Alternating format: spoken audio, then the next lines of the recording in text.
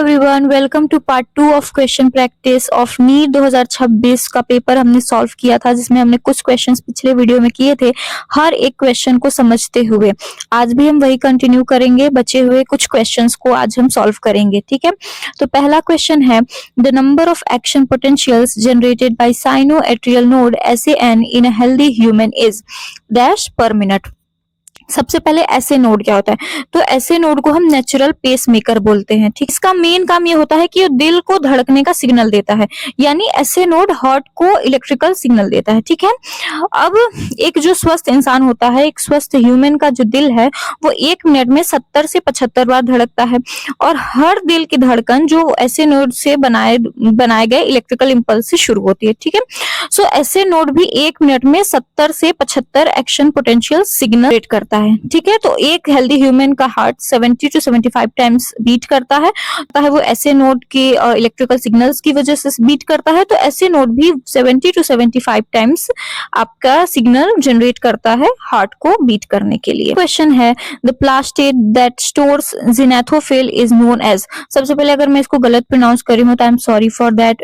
तो प्लास्टिड क्या है, तो प्लांट सेल के अंदर कई छोटे छोटे स्ट्रक्चर्स होते हैं और जिनको हम ऑर्गेनेल्स बोलते हैं। ठीक है, इसी में एक ग्रुप है जिसको हम प्लास्टिड बोलते हैं, और इस प्लास्टिड के भी कई टाइप्स होते हैं और उन्हीं टाइप्स को इसमें ऑप्शन के रूप में दिया गया है। ठीक है, सबसे पहले हम फोर्थ वाले ऑप्शन को देखते हैं, क्लोरोप्लास्ट।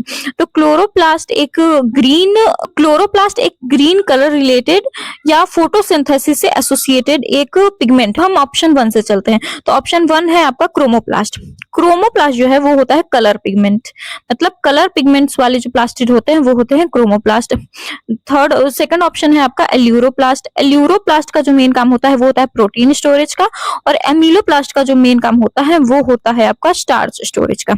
अब क्वेश्चन पे चलते हैं। क्वेश्चन था आपका ज़िनेथोफिल्स। ठीक है, तो जो ज़िनेथोफिल होता है ये एक पिगमेंट है, ज़िनेथोफिल एक पिगमेंट है और इसका कलर येलो है। अब हमने जैसे पहले पढ़ा कि जो क्रोमोप्लास्ट होता है वो आपका कलर वाले प्लास्टिड्स हैं या कलर पिगमेंट्स वाले प्लास्टिड हैं, तो ये येलो प्लास्टिड किस में आएगा, क्रोमोप्लास्ट में है कि एंडोमेम्ब्रेन सिस्टम इंक्लूड्स। ठीक है, अब सबसे पहले समझते हैं कि एंडोमेम्ब्रेन सिस्टम क्या है। तो सेल के अंदर जो है वो अलग अलग स्ट्रक्चर्स होते हैं, और उनमें से जो कुछ स्ट्रक्चर्स ऐसे होते हैं जो टीम की तरह काम करते हैं, और इसमें से एक ये है एंडोमेम्ब्रेन सिस्टम। इसमें होता है आपका ER मतलब endoplasmic reticulum, Golgi complex, lysosome और वैक्यूल्स। तो उस हिसाब से आपका ऑप्शन 4 जो है वो करेक्ट ऑप्शन है, और इन चारों को मिला के जो सिस्टम बनता है उसी को हम बोलते हैं एंडोमेम्ब्रेन सिस्टम। बाकी के जो है वो या तो अकेले काम करते हैं या उनका अलग ग्रुप है, बट वो इसमें नहीं आते हैं। क्वेश्चन है आपका कि mitochondrial inner membrane encloses cytosol, mucus, aqueous humour और मैट्रिक्स। सबसे पहले समझिए कि माइटोकॉन्ड्रिया के पास डबल मेम्ब्रेन होती है, और बाहर वाले को हम आउटर माइटोकॉन्ड्रियल मेम्ब्रेन और अंदर वाले को हम इनर माइटोकॉन्ड्रियल मेम्ब्रेन बोलते हैं। ठीक है, और इन दोनों के बीच के स्पेस को हम इंटर मेम्ब्रेन स्पेस बोलते हैं। ठीक है, और ये जो क्वेश्चन पूछ रहा है कि इनर मेम्ब्रेन इनक्लोजेस, तो इनर मेम्ब्रेन के अंदर होता है माइटोकॉन्ड्रियल मैट्रिक्स। ठीक है, तो फोर्थ ऑप्शन करेक्ट है। बाकी के देखते हैं, तो जो साइटोसोल है वो है सेल का इंट्रासेल्युलर फ्लूइड है, मतलब सेल के अंदर जो फ्लूइड है वो है cytosol. Mucus it is a secretion. ठीक है, और एक्वस ह्यूमर आंख के एंटीरियर चेंबर में वाला फ्लूइड है, ये कोई इसमें से रिलेटेड नहीं है, इस क्वेश्चन से रिलेटेड नहीं है, ये हमारे आई से रिलेटेड है। नेक्स्ट क्वेश्चन है, which of the following is not a part of human central neural system, dura mater, pia mater, pericardium. आपका सही ऑप्शन है पेरिकार्डियम। जो पेरिकार्डियम है इसका ब्रेन से कोई लेना देना नहीं है, ये हार्ट का जो सेफ्टी परत होता है। क्वेश्चन है कि symbiotic association between fungi and algae are called sponges, mycorrhizophytes and lichens. पहले फंजाई और एल्गी क्या है ये समझते हैं। तो फंजाई जो है ये एक हेट्रोट्रॉफिक ऑर्गेनिज्म है, इसमें क्लोरोफिल नहीं होता, इसलिए ये फोटोसिंथेसिस करके खाना भी नहीं बना पाता है। एज एग्जांपल मिले तो मशरूम। ठीक है, एल्गी क्या होता है, इसमें फोटोसिंथेटिक ऑर्गेनिज्म पाए जाते हैं। अब सही ऑप्शन क्या है? तो जब फंजाई और एल्गी, ठीक है, एक दूसरे की मदद करते हैं, एक दूसरे की हेल्प करते हैं और उसके लिए साथ आते हैं, तो इस जोड़ी को हम बोलते हैं लाइकेंस, ठीक है। तो ऑप्शन 4 आपका करेक्ट होगा। और इसमें आते हैं स्पॉन्जेस। तो स्पॉन्जेस जो है वो एक एनिमल है और ये पॉरीफेरा का है, ठीक है।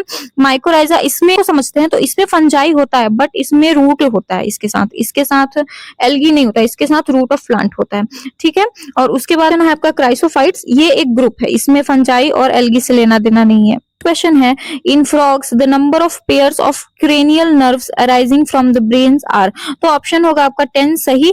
ये नंबर रिलेटेड क्वेश्चन है, तो इसमें हम तीनों ऑप्शंस को क्या ही समझे, तो 10 आपका ऑप्शन सही है, मतलब 10 ऑप्शन 2। क्वेश्चन पे आते हैं। नेक्स्ट क्वेश्चन है, mad cow disease is caused by. तो इस क्वेश्चन पे मैंने एक शॉर्ट्स भी बनाया था, अगर आपने नहीं देखा है तो आप उसे जाके देख सकते हैं। यहाँ पे हम समझते हैं, तो इसका सही ऑप्शन है आपका प्रियॉन्स, मैंने उस शॉर्ट्स में डिटेल में बताया है।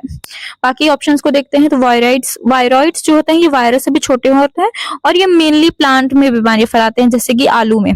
दूसरा है आपका एस्परजिलियस, ये एक टाइप का फंगस है और ये लंग्स में इन्फेक्शन कर सकता है, डिजीज कर सकता है। तो थर्ड ऑप्शन है आपका माइकोप्लाज्मा, ये दुनिया का सबसे छोटा बैक्टीरिया है।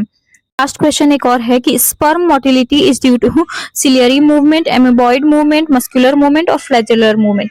आपको इसमें बताना है कि जो स्पर्म में मूवमेंट होती है वो किस तरह की होती है, तो इसका सही ऑप्शन है फ्लैजेलर मूवमेंट। ये आपके लोकोमोशन का क्वेश्चन है।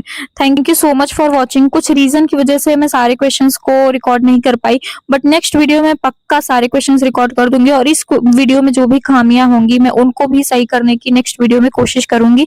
इसमें मैंने ज्यादातर इजी क्वेश्चन ही लिए हैं, तो अगर आपने एनसीईआरटी पढ़ रखी है तो आप ये सारे क्वेश्चंस बहुत इजीली कर लेंगे। नेक्स्ट वीडियो में मैं सारे इजी टफ सब कुछ कवर करने की पूरी कोशिश करूंगी और नेक्स्ट वीडियो में बहुत जल्दी से जल्दी लाने की कोशिश करूंगी।